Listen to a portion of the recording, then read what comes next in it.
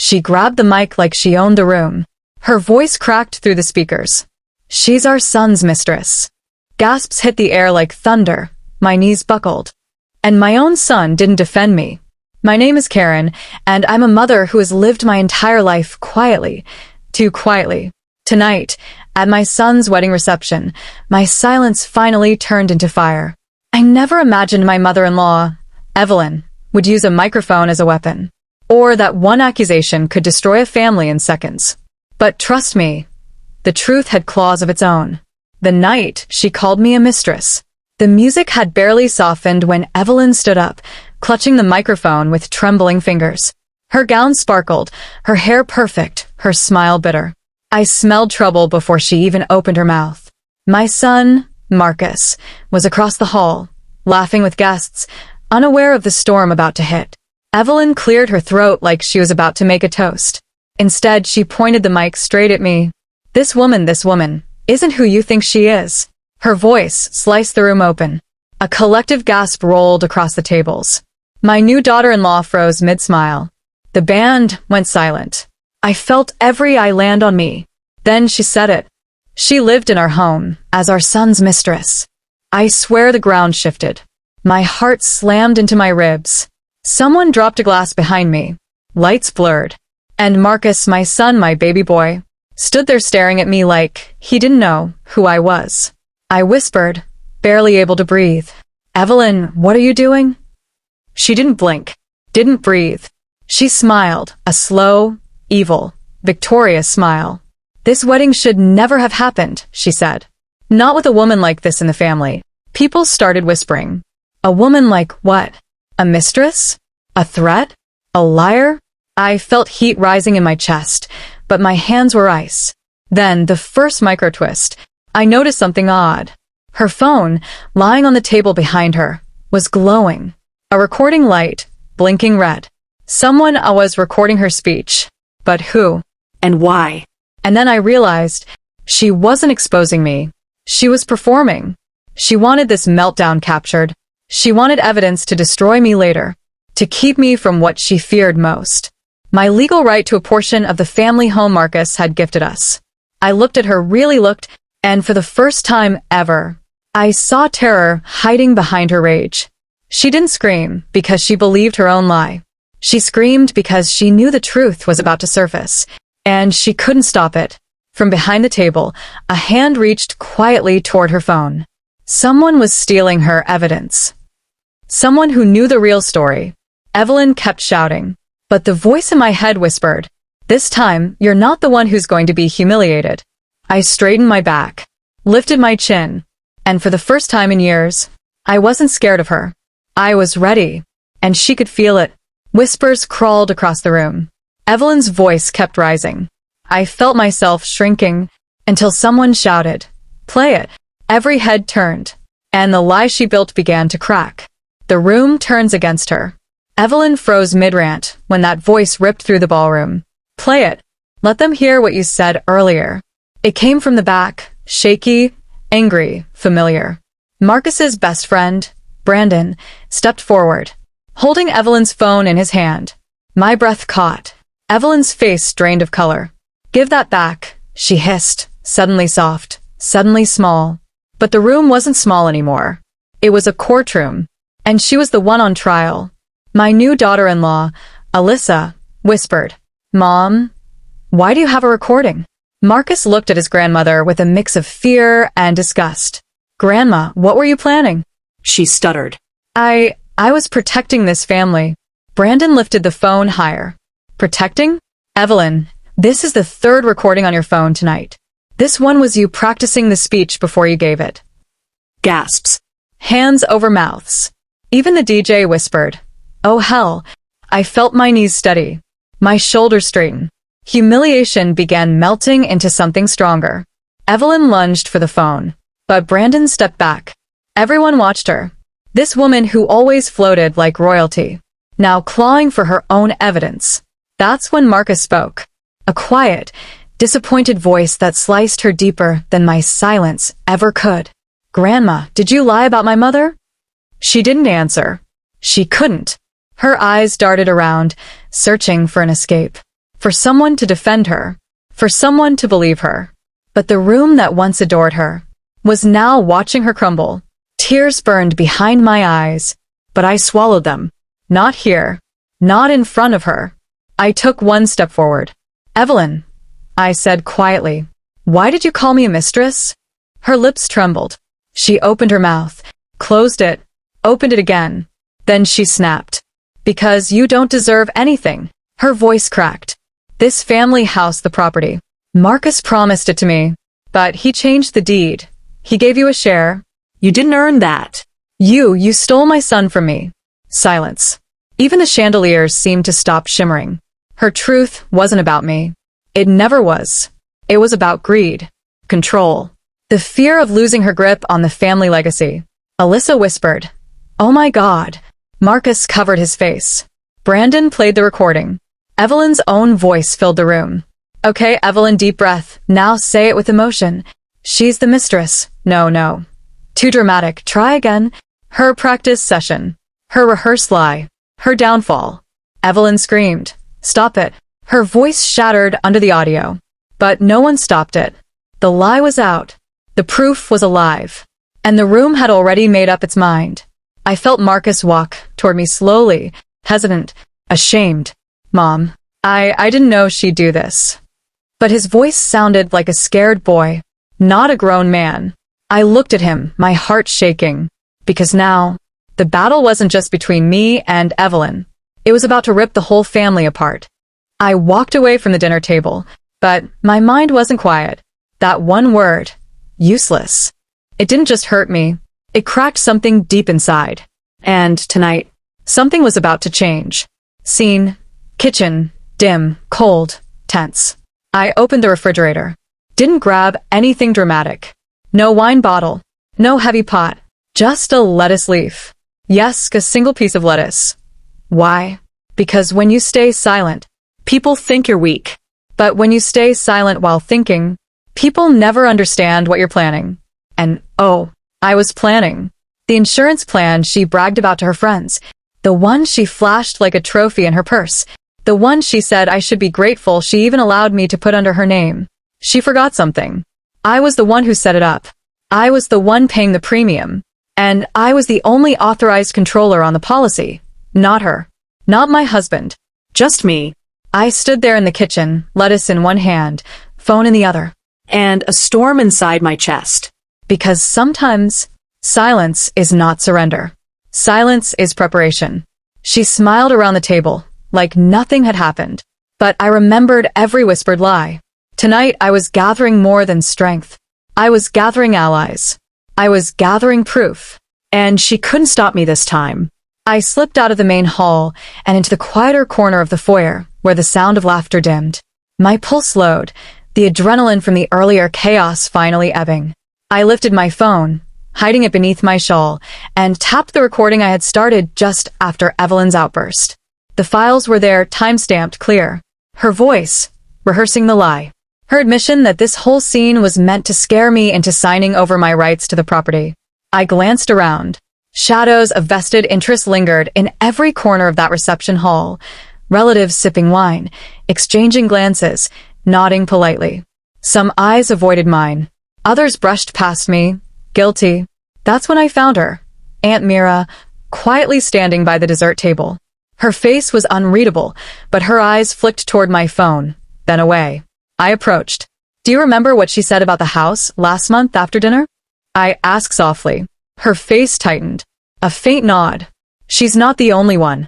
I heard her, too," she whispered, voice low. "She threatened you, said she'd make you disappear from all inheritance records if you refused." My heart clenched. I realized I wasn't alone anymore. I pressed play. Evelyn's rehearsed words filled the air, not loud, but unmistakable. The faint hum of the foyer amplified them, like ghosts of truth. Aunt Mira flinched, then straightened. "I heard it," she said firmly. "And I'm not staying silent." One by one, others stopped by, cousins, a few nephews shy with guilt, each offering a nod, an almost apology, a reluctant promise. In whispers, they admitted what they'd known, what she'd done, what she'd threatened. I felt a strange mixture of rage and relief. Rage that I had been betrayed, relief that truth had allies. I stood there in that quiet corner, skirt brushing the cold floor, my mind sharpening. The daughter-in-law who had gasped at the accusation now stood beside me. The friend who had long suspected family greed now met my gaze with steady calm. We didn't need loud voices. We didn't need dramatic confrontations, not yet. We only needed the truth. Because sometimes truth whispered quietly is louder than a scream in a storm. I slid the phone into my purse, tucking it against my body.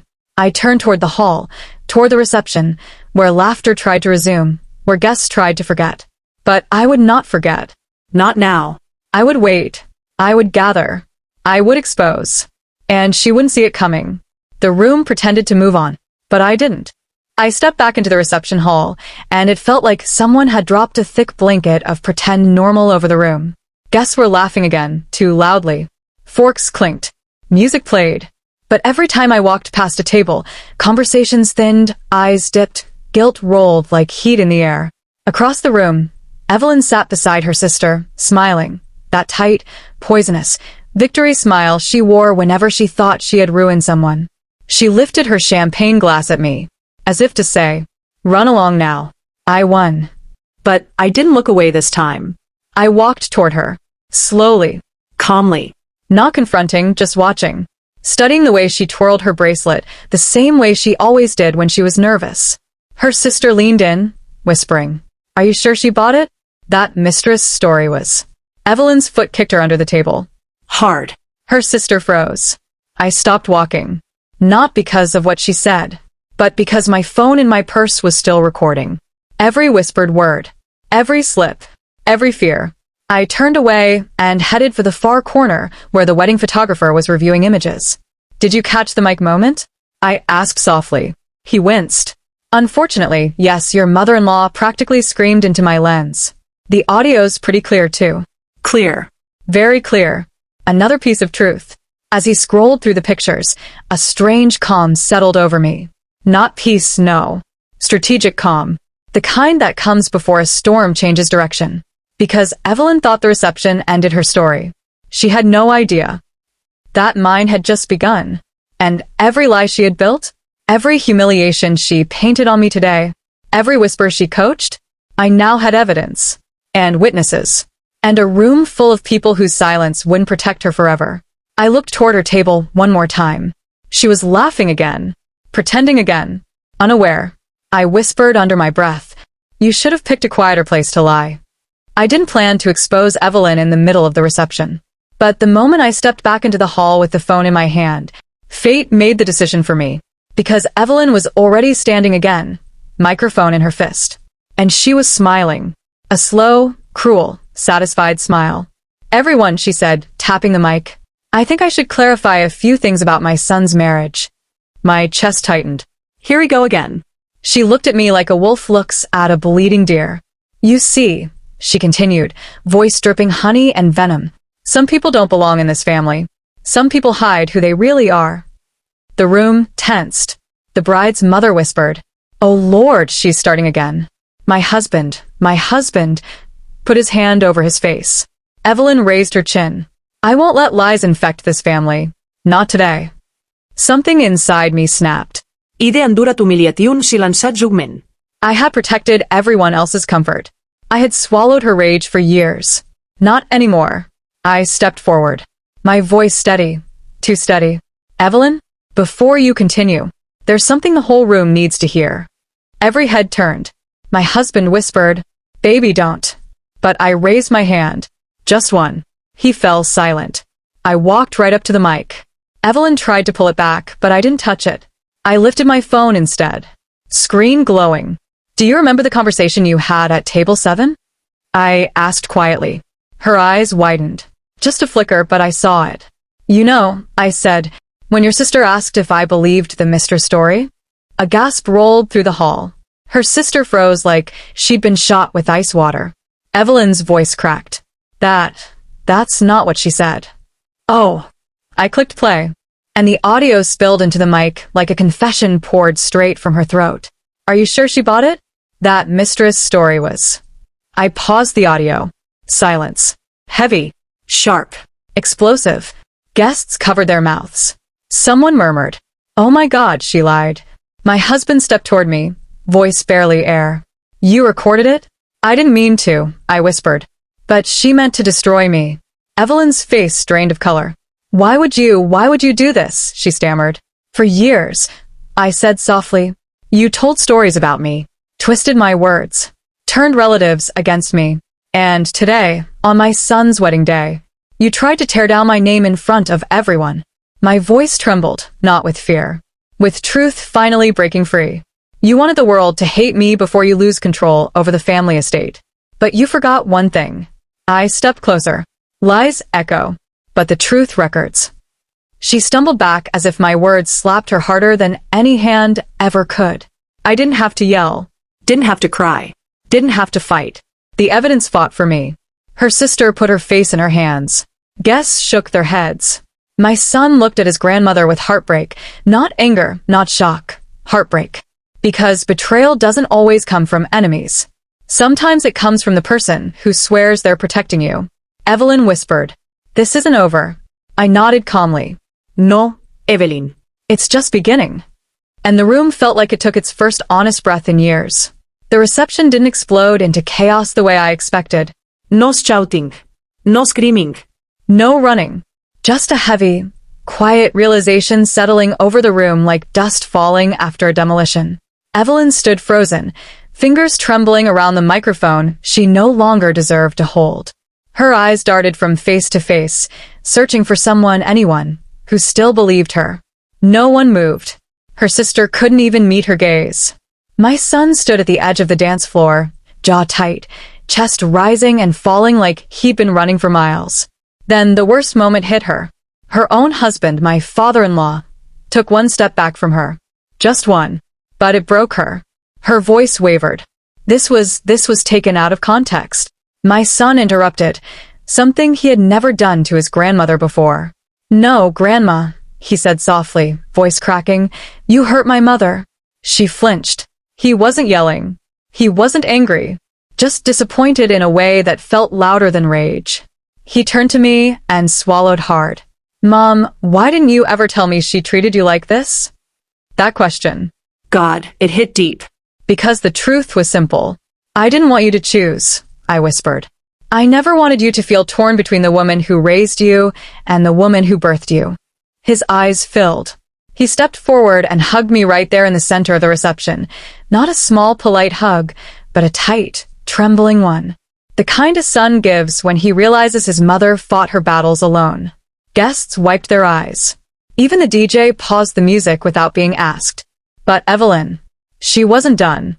She lifted her chin, watery eyes narrowing into desperation. "You think she's innocent?" she snapped. "She only married into this family for one reason, money." A ripple of discomfort moved through the crowd. Her voice was getting sharp now. "Ugly." I exhaled, not out of anger, but exhaustion. "Evelyn," I said, "I never wanted your money." She scoffed loudly. My husband finally stepped forward. He had been silent the entire night, watching, listening, taking everything in. But now he looked at his mother with a pain so raw it almost didn't look real.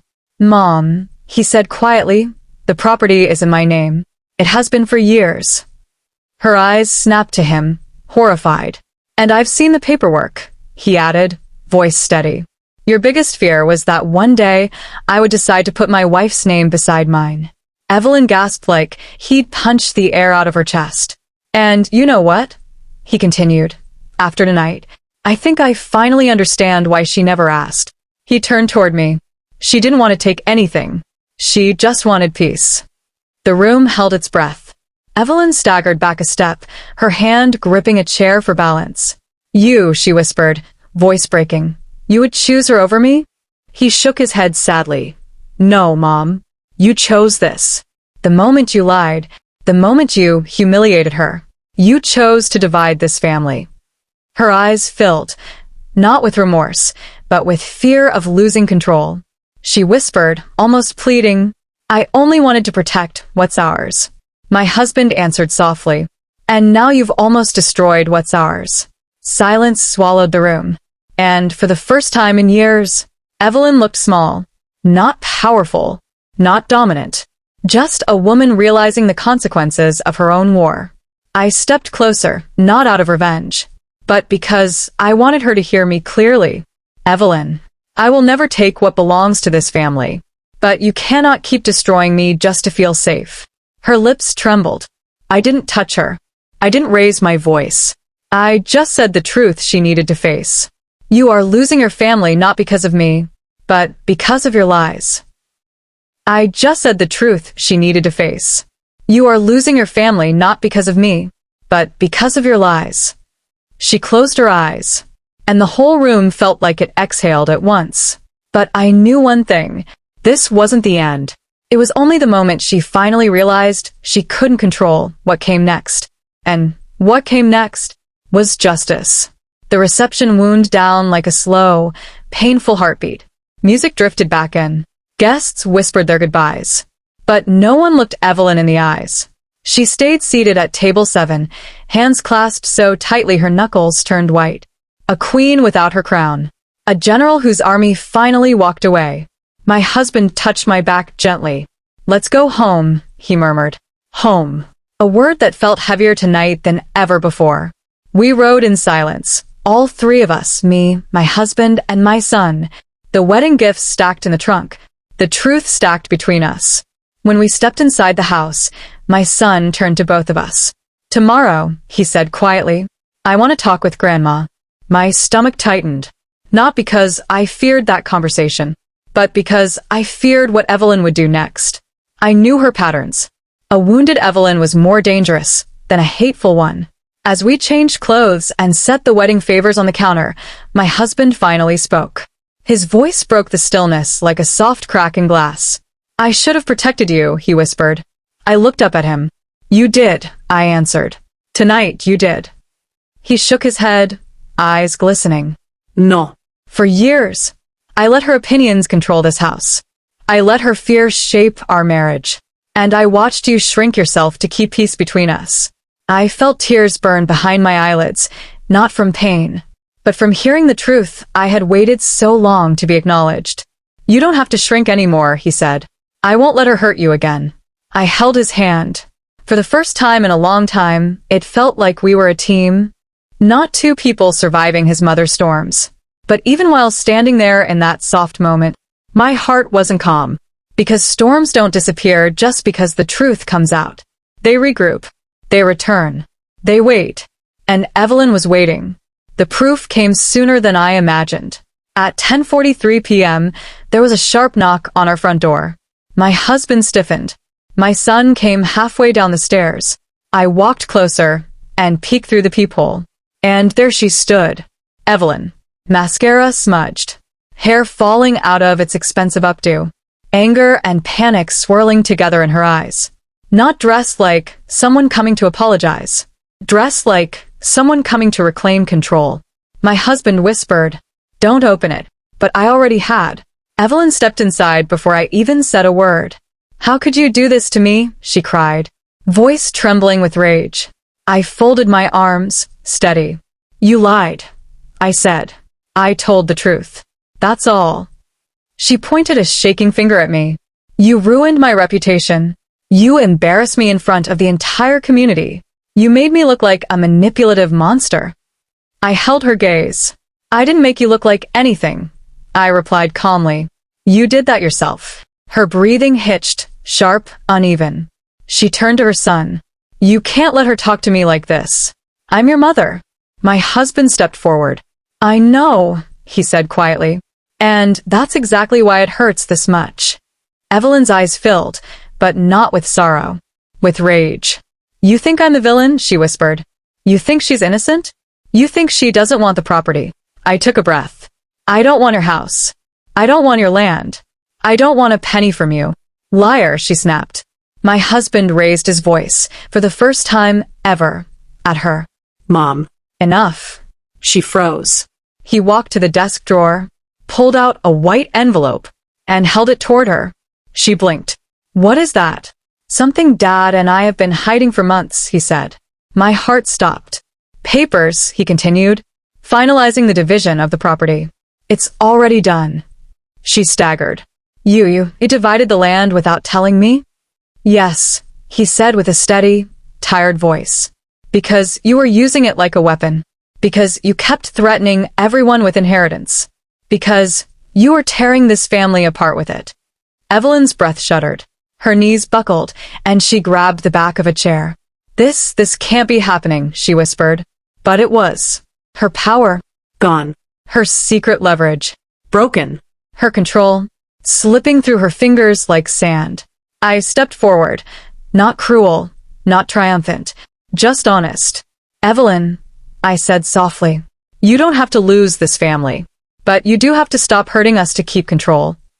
She stared at me, then at her son, then at the envelope in his hand.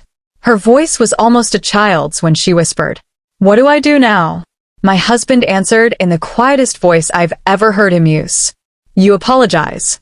And you change." She didn't respond. She just turned and walked out the front door. No parting words. No final attack. Just silence. The kind of silence that means a chapter is ending and another is coming. And I knew, tomorrow, the final confrontation would come. But tonight, I finally slept without fear. The truth stood tall, and so did we. Morning came soft, almost deceptively calm. The sun filtered through the curtains. But the weight from last night didn't leave. I made coffee, my hands shaking just slightly. My husband sat across from me, his eyes heavy but clear, like a man who had finally seen the full picture. Our son peeked in, cautious, his face still wearing the confusion of a child caught in grown-up storms. He had questions, but I already knew. Today, he would see the truth in full color. A knock at the door. Deep. Firm. Not angry yet. It was Evelyn. She stood on the porch, arms folded, shoulders tense, eyes that had carried fury, fear, and pride all at once. But now something else flickered there. Hesitation. Vulnerability. I opened the door. She didn't speak at first. She just looked at me, at my husband, and then at the pile of unopened wedding gifts. Finally, she whispered, almost to herself, I didn't know it would go this far." My husband stepped forward. "Mom, you lied. You humiliated her in front of the whole family. You tried to rewrite the past to control our present. It's over now." Evelyn's voice cracked. I just wanted to protect the family." I took a deep breath. "I know you thought you were protecting something. But protecting doesn't mean destroying. It doesn't mean hurting people who love you." Tears formed in her eyes. Real tears this time. Not the calculated ones from last night. She looked at her son. She looked at me. She looked at the truth she had tried to bury. And for the first time, she lowered her defenses. I am sorry," she said quietly. I lost myself. I thought control was protection." I nodded. "You can start again, but differently. With honesty, with respect, and with love." She swallowed hard. A long pause filled the room. Finally, she exhaled and whispered, "Will you let me try?" I stepped closer. "This family is bigger than any one person. Yes, you can try, but only if you stop the lies." My husband placed his hand on hers. "I forgive you, but we all need to move forward together. No more secrets. No more accusations. Just the truth." She nodded slowly, and then, quietly, she turned and left the room. Not as the villain, not as the defeated, but as a woman who finally saw the cracks in her own walls. The silence after her departure wasn't heavy. It was a relief. It was freedom. I sat down with my husband and son. We looked at each other. No words needed, because we knew the mic had revealed more than a lie. It revealed the strength of truth. And in that moment, we all stood taller than ever before. Life wouldn't be perfect. Evelyn might stumble again. The past might linger. But one thing was clear. The story we lived together, honest and unbroken, was ours. And that night, I slept for the first time in years without fear, without shame, without betrayal. Because some battles are won not by anger, but by letting the truth shine and refusing to let anyone dim it.